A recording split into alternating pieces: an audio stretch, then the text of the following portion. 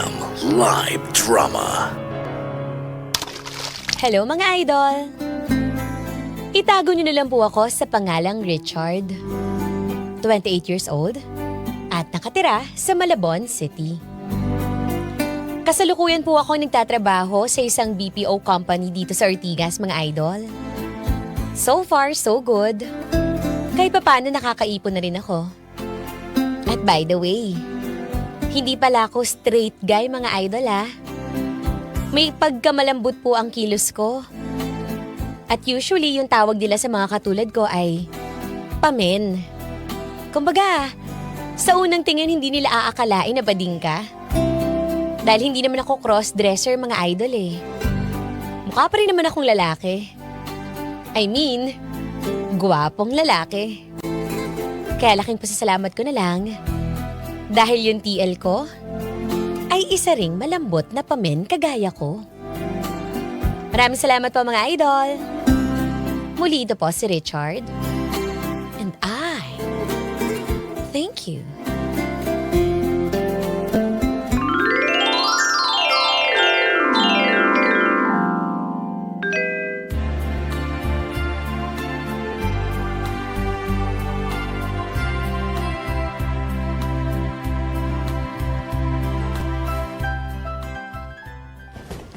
Uy, ano na? Ready ka na? Ako? Hindi naman ako aasa dyan. Ano? Baka kasi ma-disappoint lang ako sa promotion. Baka iba naman yung banggitin na pangalan, di ba? Uy, ano ka ba? Oh. Di ba, ikaw na nga yung napupusuan ni boss na maging employee of the month? Uy, may dagdag sweldo yata yun. Ewan ko, may incentive yata yun, di ba? Ay, okay sa akin yun, ano? Pero hintayin muna natin. Huwag mo tayo magsalita, baka mamaya maudlot pa. O, yan na. Ikaw, ay, yun na si boss. Okay guys, listen up. Gagawa lang ako ng announcement. And alam ko rin naman na matagal nyo nang hinihintay yung announcement na to. Okay, so ngayong araw, sasabihin ko na kung sino ang ating magiging employee of the month. Ayan na, be. Ayan na, ready ka na. At ang ating Ready naging na. employee of the month ay si Richard. Give him a round of applause. Congratulations! Sabi ko na Thank nga, you. be. Ala, hindi ako makapapaniwala na ako yung tinawag, Andy. Congratulations Richard. Ngayon naman, meron ka bang gustong sabihin sa mga ka-team mo?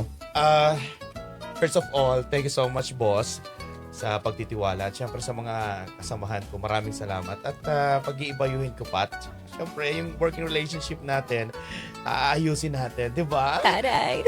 Thank you so much, boss. Thank you. Congrats, Bix!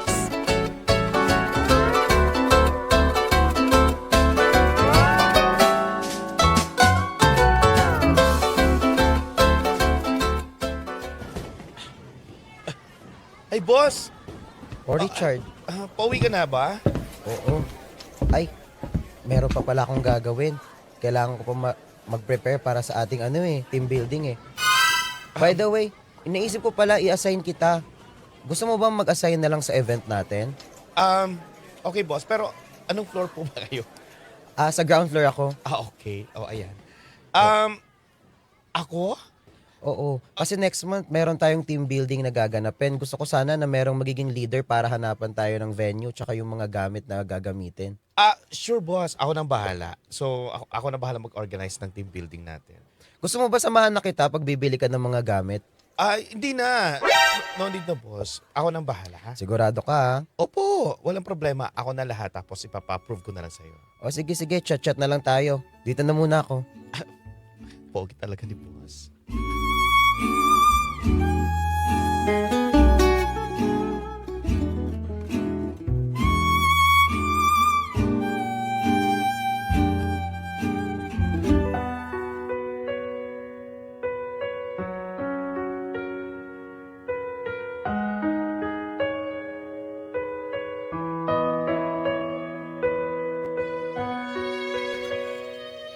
Hindi ko na rin maalala kung paano nagsimula yung lahat. Pero bago yung team building namin mga idol, araw-araw na kami nag-uusap ni Boss Josh. Kahit yung usual na usapan lang namin ay mga preparation na magiging event, unti-unti ko na din siyang nakikilala pa. Bukod sa mga ugaling pinapakita ni boss sa trabaho namin, meron pa rin akong nadidiscover sa kanya sa bawat pag-uusap namin. Hindi lang pala siya matalino, mga idol. Kundi sobrang bait pa ni Josh. At sa bawat araw na lumilipas, may iba na rin akong nararamdaman sa puso ko. Pero, ayoko munang bigyan ng pansin ito, mga idol.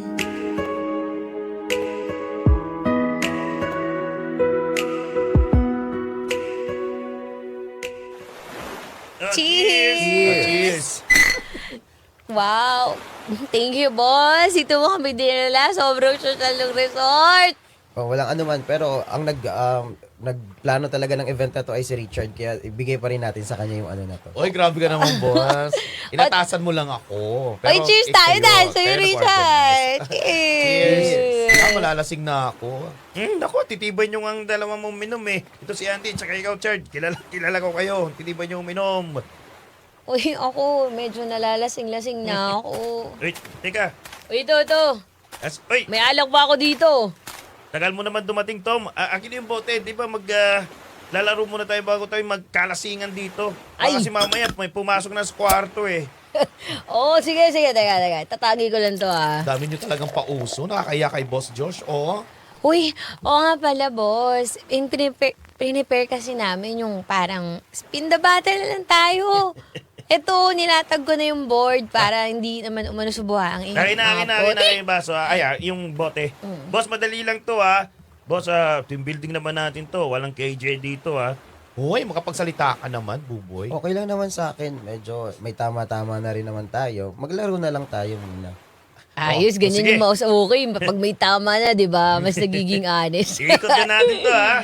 Teka, ano ba mechanics, teka? Siyempre, truth or dare. Kung truth naman, umamin kayo, di ba? Pero pag dare naman, kailangan yung gawin ng papagawa namin, mga challenge namin. O sige, walang Ay, naku. KJ ha. Uy, Kakaba Richard, naman yan. ikaw ha. Baka KJ ka. Ay, di nakakaya kay Boss Josh. Okay lang ba sa'yo, Boss Josh? Okay lang, team building naman te. Pero, syempre, madalas naman na kayo inuutusan ko. This time naman, sana ako naman yung mga masama sa mga utos ninyo. Yeah. Bongga talaga ni boss. Nice. O, ito na. Ikot nyo na. Ayan, ikat mo na. Hop! Opya. Hopya! Ako! Tumapat kay Boss Josh! Sakto, boss. Boss Josh! Boss Josh. Boss. Boss. Sige na, sige. Truth or dare? Siguro ano na lang, dare na lang. Nako! dare. Ganitong gawin natin. Hoy, umayos ka ha, Boboy ha. Boss Di- pa rin natin yan. Boy, liga dito, boy. Anong gagawin yung papagawa natin kay Sabihin Boss? mo, sino yung pinaka napupusuan niya dito? Ikaw na kayo magsabi. Ikaw na magsabi, tol. Sige. Oh, Ano yung ganito. binubulong-bulong niyo dyan? Wala. Boss Josh, Oh. ganito gawin. Tayo lang naman dito eh. Ngayon, yung dare mo, yung challenge mo, ikikiss mo Yan. kung sino ang napupusuan mo. Yung type mo. Hoy, Hoy. grabe naman yung challenge mo. Grabe yan, ah. Oo nga, Grabe boss. naman, Katuwala naman to, boss, di ba? baka naman may magagalit dyan. Nako, walang magagalit. Tayo lang dito, walang makakalabas. Tsaka, andyan naman si Andy yatang. Yun, Uy, ano ba? Si Andy Kaya lang naman ang kayong babae ano? ko. Si Andy lang naman yung babae. Kasi naman, ba't ito yung challenge mo eh? Ito challenge nga eh, di ba? O, sige na, O boss. sige, Boss wala Josh, naman yatang mali sa to eh. lapitan mo na. Nakakaya kayo talaga.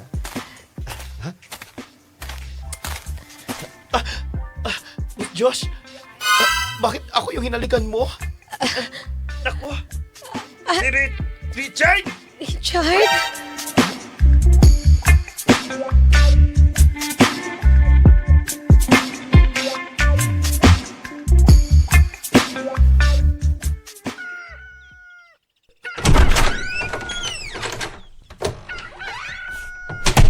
Boss, nag-empake na po kayo. Maaga pa. Mamaya pa yung out natin dito sa resort. May tumatawag kasi sa akin eh, kailangan ko nang mauna, may emergency daw. Oh, sige ho. Pero pwede bang malaman kung ano emergency para kung magtanong din mo yung kasamahan natin? May pupuntahan yata yung girlfriend ko ngayon eh, kailangan ko samahan. Kagabi pa kasi yung nagsabi sa akin na aalis daw kami ngayong araw. May girlfriend ka na. May girlfriend ka na pala, Sir Josh? Oo, hindi ko pala nasabi sa inyo kagabi, no?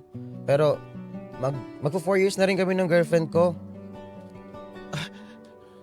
Pero, bakit niyo po ako inalikan kagabi? Kung meron na po kayong girlfriend. Tsaka na muna yung pag-usapan kasi nagmamadali pa ako eh. Next time na lang ha. Pero, Sir Josh, Ayun, kailangan alis po ng na ako. sagot mo, Sir Josh. Alis na muna ako. Sige, bye-bye.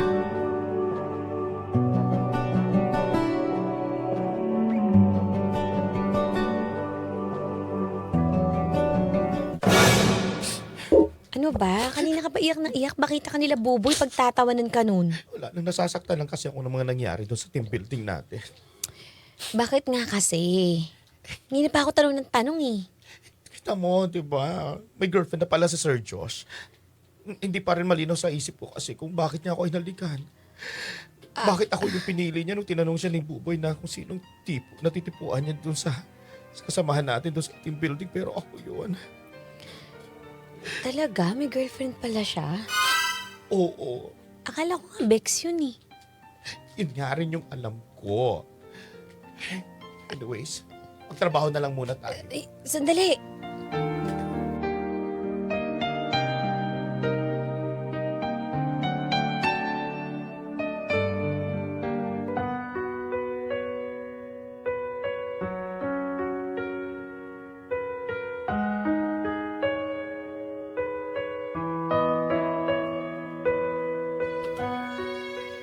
For the first time in my life, naka-experience ako ng matinding heartbreak, mga idol.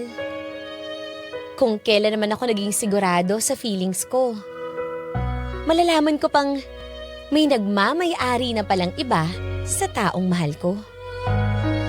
Pero hindi ko gets kung bakit hinayaan ni Josh na mahulog yung loob ko ng gusto sa kanya eh. Pakiramdam ko, pinaasa lang niya ako. Yun pala, gusto lang niya talagang paglaruan yung feelings ko.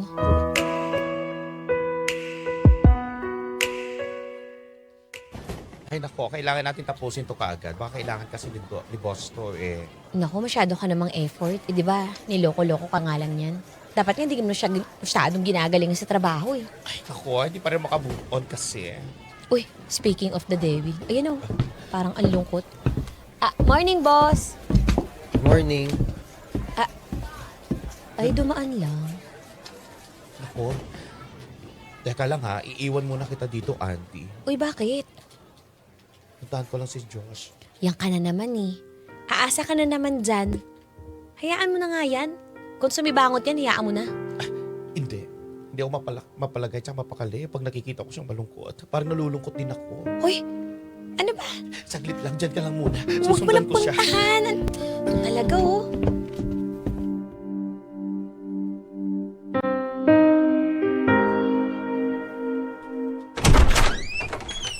Sir, Oh, Josh. Bakit? pasensya na kung pumasok agad ako sa opisina mo. Napansin lang kasi namin ni Auntie na marang malungkot ka. May pinagdadaanan mo ba kayo? May problema po ba kayo? Baka kasakali makatulong ako.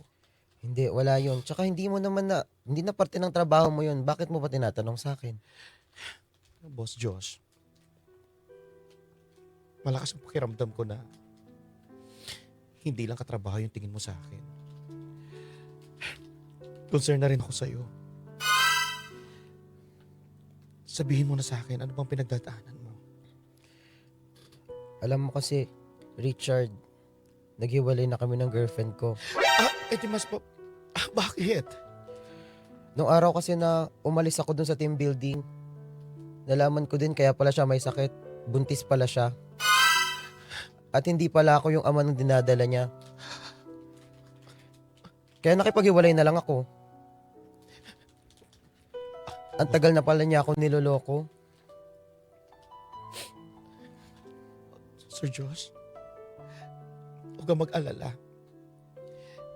Nandito naman ako eh. Nandito naman ako para pasayahin ka. Dahil, boss, mahal na kita.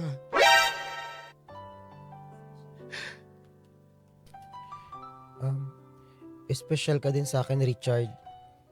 special. Boss, ituloy na lang natin yung naudot mong pagmamahalan ng girlfriend mo. Ako na lang. Pwede ba?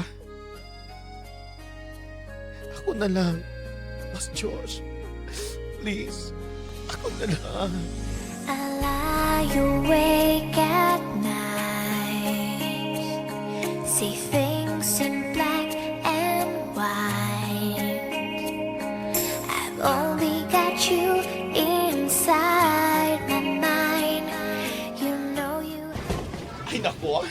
Oh, Alam mo, Andy, kilig na kilig ka. Oo naman, napakaganda ng araw ko ngayon. Mauna na ako sa iyo, ha? Uy, sandali. Di ba, tinext kita, sabi ko, usap tayo, may sabihin lang ako. Naku, pagpabukas na lang yun. At Hindi saka- na nga mapapagpabukas to. Ay, naku, Andy naman. Kung kailan ako nagmamadali. Sige na, saglit lang. Alis na ako. Halika na, dito na lang. Aray ko, ano ba yun? Hindi na ako magpapaligoy-ligoy pa. Oh, May gusto ko sa'yo, Richard. Nakita ko kasi kung gaano ka na broken dun sa Josh na yun bakit di na lang ako? papatawa ka ba? Matagal Hoy. na kitang gusto. Nako, Andy, di tayo talo. At umamin ako kay Sir Joss. At hinintay ko na lang yung sagot niya, no?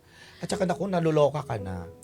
Alam mo naman na kahit malambot ka, may pagtingin ako sa'yo Sigurado ka na ba dyan kay Josh? Halika, may lagnat ka ba? Aray! Oo naman, sigurado ako na kay Josh. Ano ka ba? Alam mo naman na kung gaano ko kamahal at kung gaano ko hinahanap-hanap si Sir Josh, diba? Ngayon na nag-umamin ako sa kanya, hindi ko napapakawalan yun. O siya, alis Kahit na halikan ako. kita ngayon? Ay, naku! Huwag na, Andy. Goodbye. Alis na ako. Baka naman may something niya sa utak mo. Magpa-albularyo ka na. Okay na, bye-bye na. Alis na ako. Richard!